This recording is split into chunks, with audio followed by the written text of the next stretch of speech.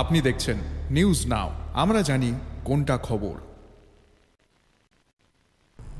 মার্কিন চাপের কাছে নতি স্বীকার করেছে কেন্দ্রের নরেন্দ্র মোদী সরকার। এক্ষেত্রে ইতিমধ্যে রাশিয়া থেকে তেল কেনা বন্ধ করে দিয়েছে রাষ্ট্রায়ত্ত কোম্পানিগুলি। ভারতের উপর মার্কিন রাষ্ট্রপতি ডোনাল্ড ট্রাম্পের 25% শুল্ক আরোপ এবং রাশিয়ার সঙ্গে বাণিজ্য নিয়ে মার্কিন রাষ্ট্রপতির সমালোচনার এই প্রতিক্রিয়াই দিল ত্রিপুরা প্রদেশ কংগ্রেস। চাপের কাছে নতি স্বীকার করে কৃষি, ঔষধ ইত্যাদি ক্ষেত্রে মার্কিন বিনিয়োগে ব্যাপক ছাড় দেওয়া হয়েছে, যেখানে ক্ষতিগ্রস্ত হবেন দেশের কৃষক, শ্রমজীবী অংশের মানুষ বলে অভিযোগ করে ত্রিপুরা প্রদেশ কংগ্রেস।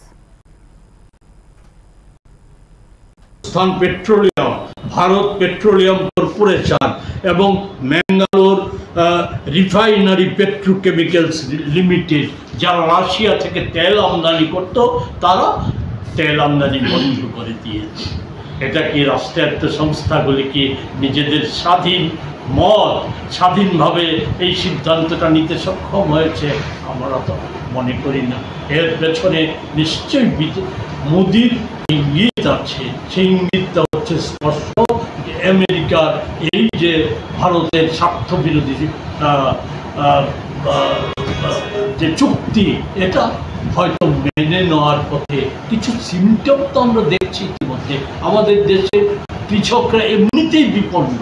সে তাদের এমএসপি, যে স্বামীনাথন কমিশনের সুপারিশ অনুযায়ী এমএসপি মানা হচ্ছে না।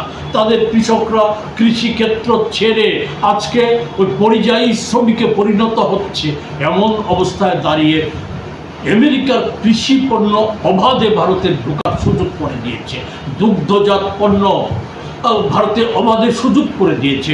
ওষুধ শিল্পের মতো যেখানে লাভজনক, এগুলিতে তাদের বিনিয়োগের রাস্তা যেমন খুলে দিয়েছে তাদের থেকে সেই দেশের